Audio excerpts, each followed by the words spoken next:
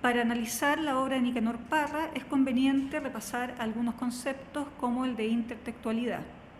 Como habíamos visto, el texto se construye como un mosaico de citas, siendo esta absorción y transformación de otros textos, como plantea Kristeva. Es decir, cada texto es la manifestación secreta o explícita de otros textos. Lo que funda el texto no es un significado cerrado, interno, que se puede explicar, sino la apertura del texto a otros textos, otros códigos y otros signos. A su vez, la muerte del autor supone que la escritura es una desconstrucción de toda voz, de todo origen. No hay ya una necesidad de fijar un origen para todo, un creador, una figura original visible, un principio que es identificado con la figura paterna y con el orden y la jerarquía masculinos. El texto, el lenguaje, no el autor, es el que habla. Escribir consiste en alcanzar ese punto en el cual solo el lenguaje actúa y no un yo. Un texto está constituido por un espacio de múltiples dimensiones donde habitan múltiples escrituras. Una obra altera su significado a través del tiempo y el texto cobra protagonismo. El texto es un tejido, no hay original. La escritura instaura sí sentido sin cesar. El lector es un lugar donde se recoge esta multiplicidad de sentidos. El texto es inestable y abierto a la pregunta. El autor pasa a ser solo una localización más donde el lenguaje, es decir, ecos, repeticiones, intertextualidades, se cruza continuamente. La literatura escrita, como se sabe, perdió el carácter colectivo de la literatura oral. Sin embargo, a través de procedimientos como la intertextualidad y la muerte del autor, se va a recuperar esta característica. La obra, entonces, se hace a sí misma mediante el entrecruzamiento con la recepción activa. Esto es especialmente notorio en la obra de Nicanor Parra. Parra va a publicar Poemas y antipoemas el año 1954. En ellos duda de la racionalidad hegemónica de lo moderno, también duda de todos los relatos totalizadores y sus agentes privilegiados, por ejemplo, la poesía, la figura del poeta o la figura del lector. También Parra generalmente se va a apropiar de lenguajes de la publicidad, de la política, de las jergas urbanas, utilizados para desmontar y descentrar a través de una práctica del ready-made y de la parodia. El antipoema es una compleja estrategia formal de híbrida articulación. No se valida por su filiación a linajes literarios particulares o definidos. Se articula como práctica estética, retóricamente deconstructiva, claramente posmoderna. Por ejemplo, vamos a leer uno de los antipoemas. Según los doctores de la ley, este libro no debiera publicarse. La palabra arcoíris no aparece en él en ninguna parte, menos aún la palabra dolor, la palabra torcuato. Sillas y mesas sí que figuran a granel, ataúdes, útiles de escritorio, lo que me llena de orgullo, porque a mi modo de ver el cielo se está cayendo a pedazos. Es decir, en este poema el hablante va a renunciar a palabras que no son de uso común, como arcoíris o torcuato, que presumiblemente eran palabras poéticas, y en vez de eso va a preferir objetos comunes y corrientes como son las sillas y las mesas, pero al mismo tiempo nos va a decir que ya no es posible una mirada elevada, es decir, que los poetas bajaron del Olimpo porque el cielo se está en esta época de incertidumbre cayendo a pedazos. Bueno, la recepción de poemas y antipoemas fue bastante negativa. El medio literario no estaba preparado para esta revolución poética que significó la obra de Parra, que se enfrentaba en cierta medida a la obra del premio Nobel Pablo Neruda. En 1972, Parra publica Artefactos. En Artefactos, el poeta verbaliza algo que anda disuelto en el aire cultural de todos nosotros. Es el lenguaje de la colectividad. Especialmente utiliza frases hechas de los anuncios de televisión y radio, los lemas políticos, los carteles, las frases cuyo origen se pierden y son patrimonios de todos. Para Parra, Los artefactos resultan de la explosión del antipoema, y el antipoema es un conglomerado de artefactos a punto de explotar.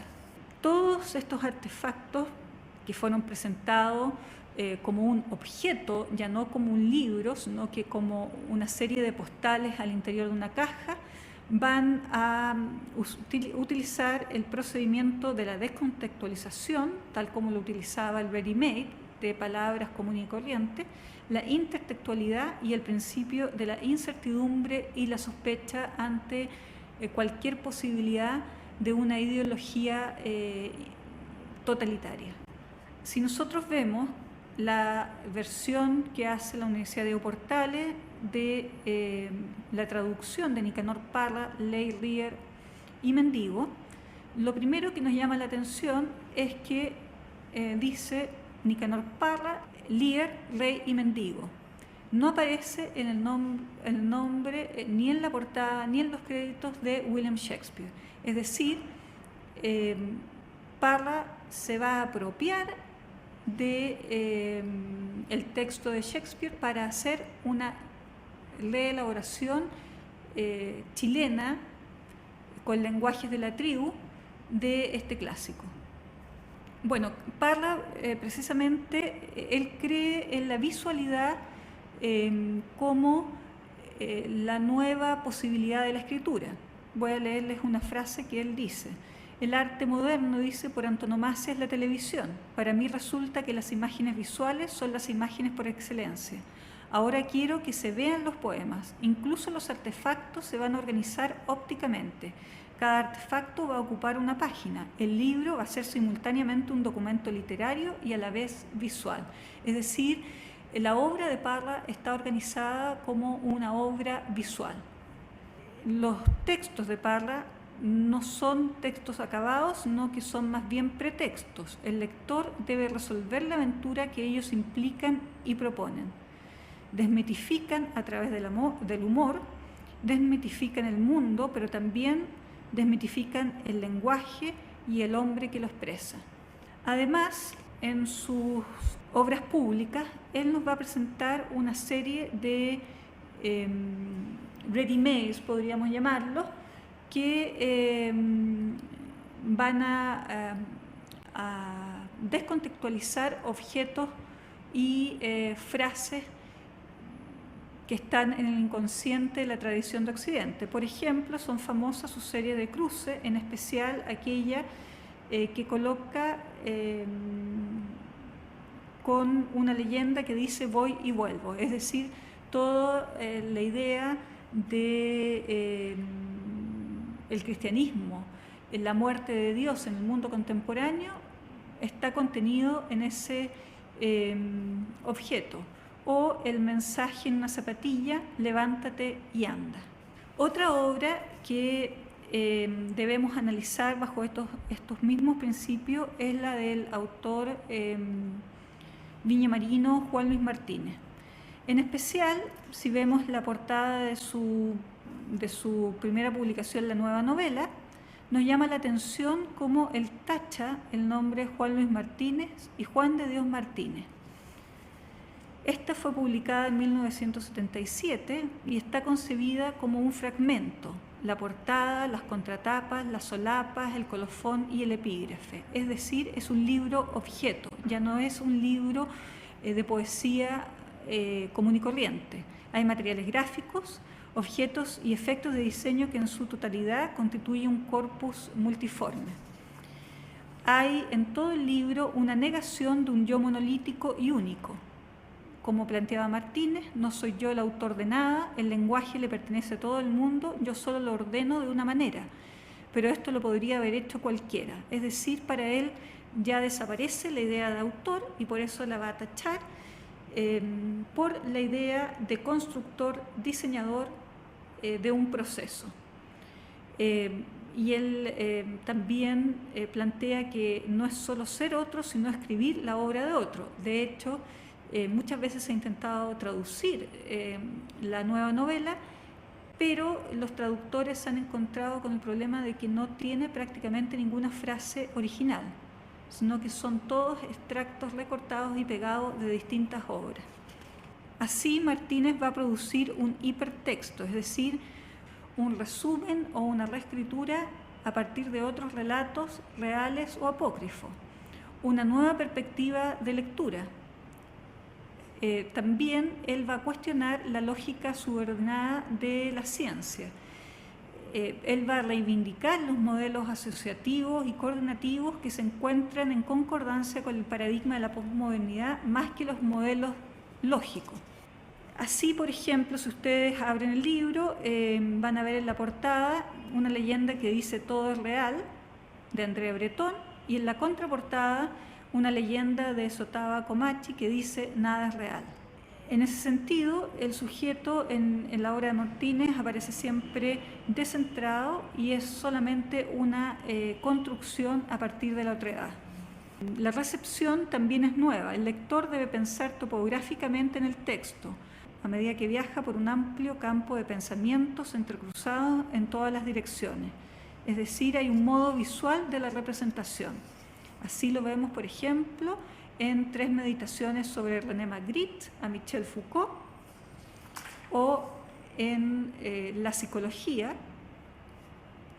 o en Retrato, estudio de una niña, que la foto corresponde a Alicia, que inspira el clásico Alicia en el País de las Maravillas, cuyas contradicciones, aliteraciones fueron muy importantes y fundamentales para la construcción de la nueva novela.